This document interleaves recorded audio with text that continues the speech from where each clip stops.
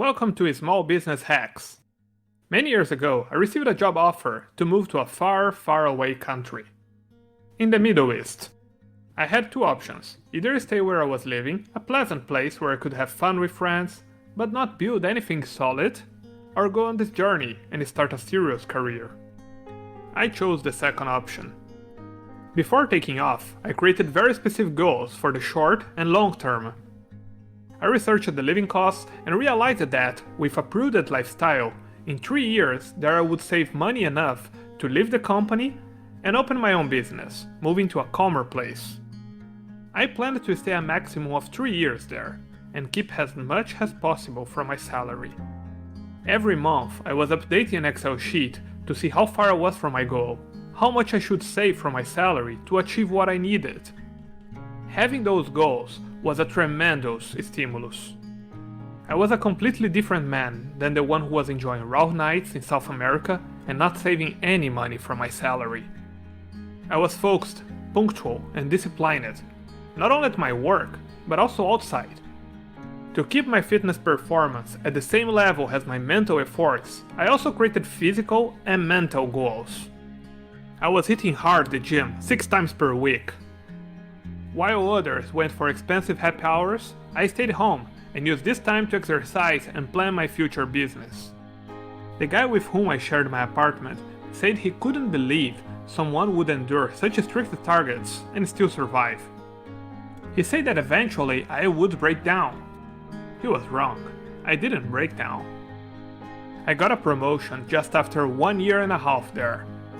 I was not expecting to be promoted so fast. Now finally I had some spare money to enjoy life, and I enjoyed it.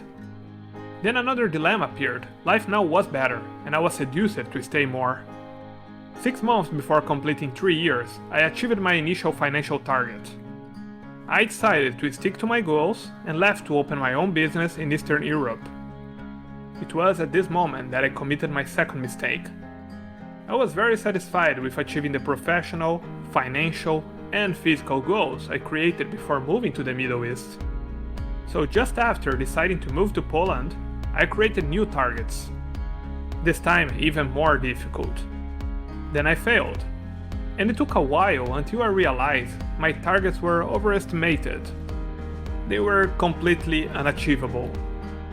Even if I was a local, those goals would be hard, but for a foreigner, they were simply unrealistic.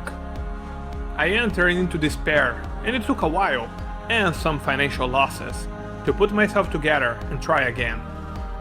When I tried again, I adopted the idea of SMART goals. This is a method to define goals that helped me immensely. Clear objectives will motivate you during difficult situations. That worked with me. They also will give a sense of orientation. They help you not get lost in Epicurean party frenzies. This is what happened to me during my unsuccessful short spell in Chile.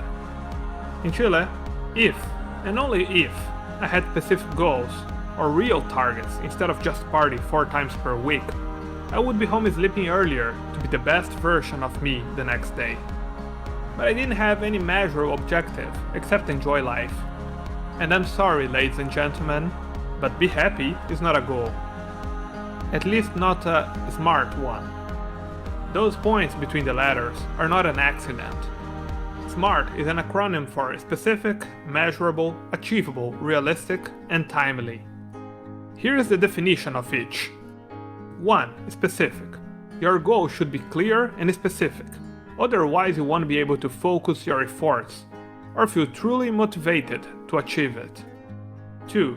Measurable.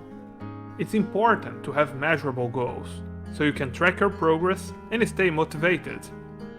Assessing progress helps you to stay focused, meet your deadlines, and feel the excitement of getting closer to achieving your objectives. 3. Achievable.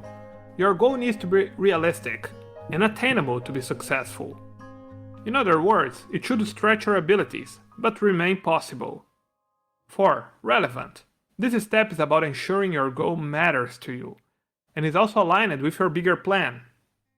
Ask if it's worthy. 5. Time-bound. Every goal needs a target date, so you have a deadline to work towards. This part of the SMART prevents that everyday tasks take priority over your long-term goals.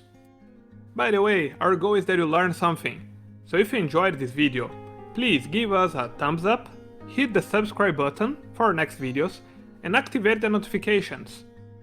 Back to our subject.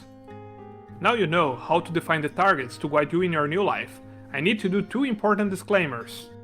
The first one is to not make your goals the priority of your life. They should be significant tools to delineate your path and remember where you want to go, what do you want to achieve. But still, they are only tools. Therefore, when you define your targets, always do according to your principles. If you don't do that, at some moment you may see yourself against your own code of conduct. And this is a conflict no man should look for. If your goals force you to go against what you believe, stick to your values. Just like my goals worked for me in the Middle East, your plan to reach your targets should work for you. It should make you better, not oppose your ethical standards. The second disclaimer is to make space for personal rewards. Break your goals into smaller steps and allow yourself a treat when you reach them. It may sound Pavlovian, but you will stay motivated to keep going and to face the next challenge. If possible, save a small part of your salary for the joie de vivre, those pleasant moments that even the most disciplined allow themselves to push the gloom away. Be it a cold one in the nearby beer garden, or a brunch with your friends, as you wish. But I assure you, it's worth it. Thanks for watching.